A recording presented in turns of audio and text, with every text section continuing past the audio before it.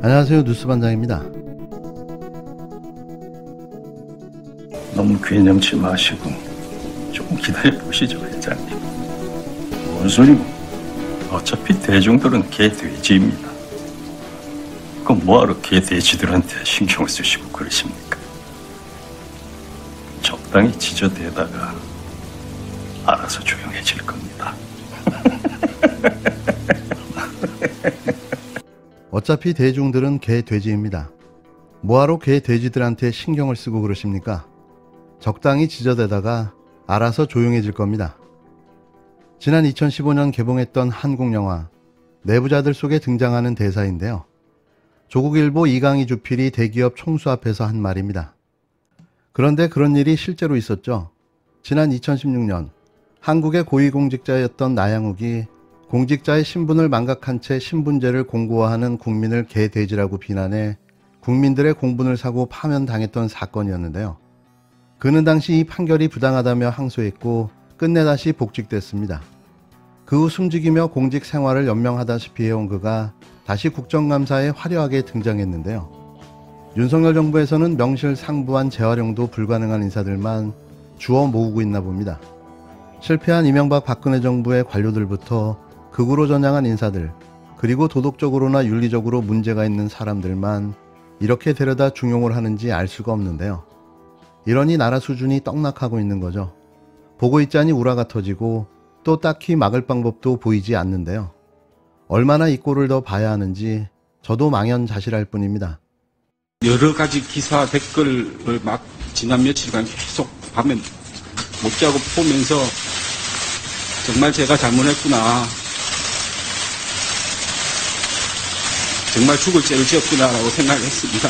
제가 본 영화 중에 이런 대사가 있더라, 이렇게 이야기를 했습니다. 그날 과음을 하고 또 과로한 상태였기 때문에. 어차피 대중들은 개돼지입니다. 그럼 뭐하러 개돼지들한테 신경을 쓰시고 그러십니까? 적당히 지저대다가 알아서 조용해질 겁니다. 민중은 개돼지로 취급하면 된다. 개돼지로 보고 먹고 살게만 해주면 된다고 술자리 실언으로 논란을 빚어 파면됐다가 법적 다툼 끝에 복직한 나양욱 국립국제교육원장 직무대리가 국회 교육위원회 국정감사의 첫 모습을 드러냈습니다.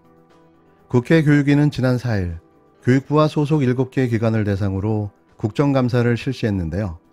나 직무대리는 이날 교육위 국정감사에 참석해 유학생 유치 지원, 국비장학생 선발 지원 등 국립국제교육원 주요 업무 추진 현황을 업무보고했습니다.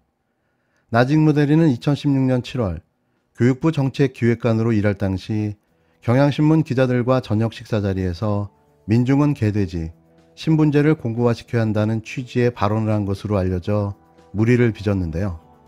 인사혁신처는 당시 나 직무대리에 대해 가장 강도가 높은 중징계인 파면을 결정했으나 그는 이후에 불복해 소송을 냈고 승소했습니다.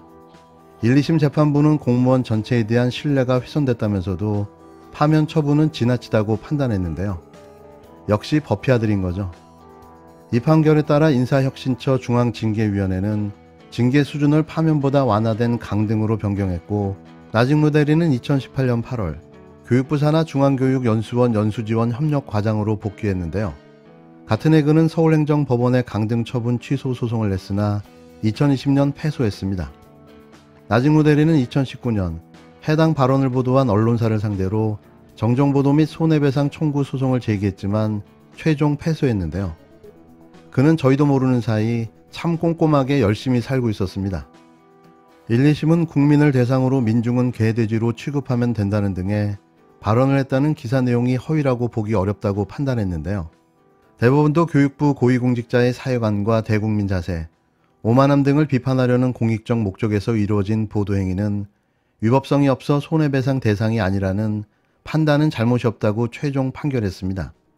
물론 나 직무대리의 반론 보도 청구도 받아들여지지 않았는데요. 이런 자가 다시 돌아와 대한민국 교육 정책을 논하고 있습니다. 윤석열 정부가 대통령실 이전 비용을 부처와 지방정부에 떠넘기고 있습니다. 윤석열 정부의 삥 뜯기에 어안이 벙벙합니다. 앞서 국민 눈을 피해 곳곳에 숨겨놓은 예산이 전부가 아니었습니다.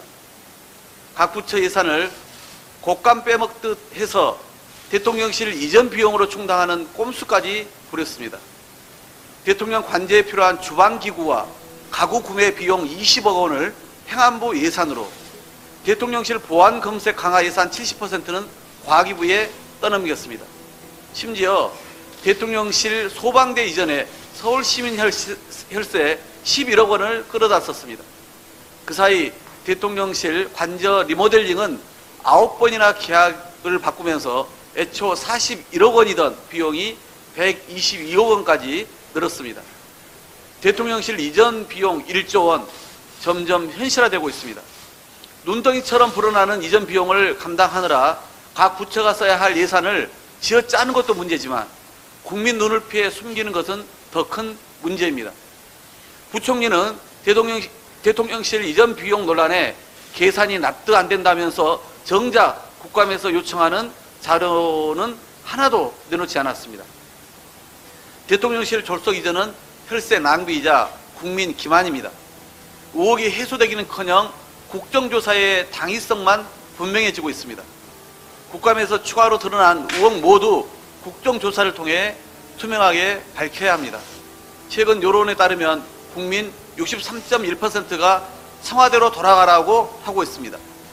지난 4월부터 6월까지 여론조사 결과도 부정평가 1위로 청와대 이전을 꼽은 것이 8번 중 6번이었습니다. 이전 비용 1조 원, 제대로 된 마스터 플랜 없이 국민 설득 못합니다. 각종 의혹을 밝힐 국정조사 반드시 필요합니다.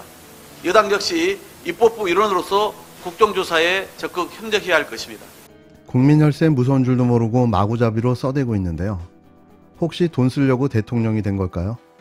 4대강 사업을 능가하는 대통령실 이전 사업으로 어떤 누군가의 배가 불려지고 있다는 생각은 저만의 생각은 아닐 겁니다. 이런 상황에서 또 행정중심 복합도시 건설청, 일명 행복청이 세종시 대통령 제2직무실을 청와대와 똑같은 규모로 짓겠다며 4,593억 원의 사업비를 책정한 것으로 드러났는데요. 입이 쩍 벌어집니다. 집권하면서 몇 번이나 가겠다고 세종시에 그 어마어마한 돈을 들여 또 대통령실을 지으려 하는 걸까요? 국회 국토교통위원회 소속 김두관 더불어민주당 의원이 5일 행복청으로부터 제출받은 2023년도 예산안 및 기금 운영 계획안에 따르면 행복청은 대통령 제2직무실 건립 총 사업비로 4,593억 원이 소요될 것이라고 밝혔는데요. 제2직무실 건설은 윤석열 대통령의 대선 공약으로 지난 6월 여야 합의로 국회를 통과한 행정중심 복합도시 건설 특별법 개정안에 따라 법적 근거가 마련된 상태입니다. 행복청은 사업비를 책정하며 용산 대통령실 직무실 이전으로 개방된 청와대와 같은 규모의 시설물을 짓는 것을 골자로 한 사업인데요. 김두관 의원은 윤석열 정부는 국가균형 발전을 위해 청와대 수준의 대통령 제2직무실을 지을 계획이 있음에도 용산 이전에 무리한 예산을 쏟았다며 불필요한 예산이 낭비되지 않도록 국회 예결 특위위원으로서 2023년 예산을 전반적으로 면밀히 감시할 것이라고 말했습니다.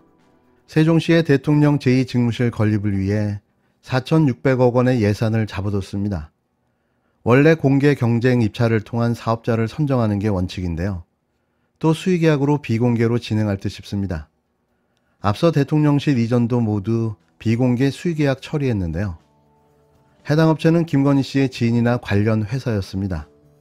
의혹이 불거지자 더불어민주당 의원들이 국민을 대표로 선출된 공직자로서 관련 자료 제출을 요구했지만 모두 거부당했습니다. 이렇게 되면 국민 세금을 펑펑 쓰는 것을 감시하고 제어할 방법이 없는데요. 게다가 영빈관 신축 계획은 윤 대통령이 취소하기로 했는데도 내년도 예산안에 그대로 올라가 있습니다. 878억 원 전액이 말이죠. 지금 국민과 장난하자는 건가요? 해도 해도 너무하다는 생각밖에는 안 듭니다. 이렇게 대놓고 해먹을 수 있는 걸까요? 도둑놈을 뽑아놓은 건지 어처구니없게도 자기 돈이 아니라고 국민 혈세를 몰래 야금야금 펑펑 써대고 있습니다. 막아야죠. 막아야 합니다. 이러다간 나라 국간이 거덜나게 생겼습니다.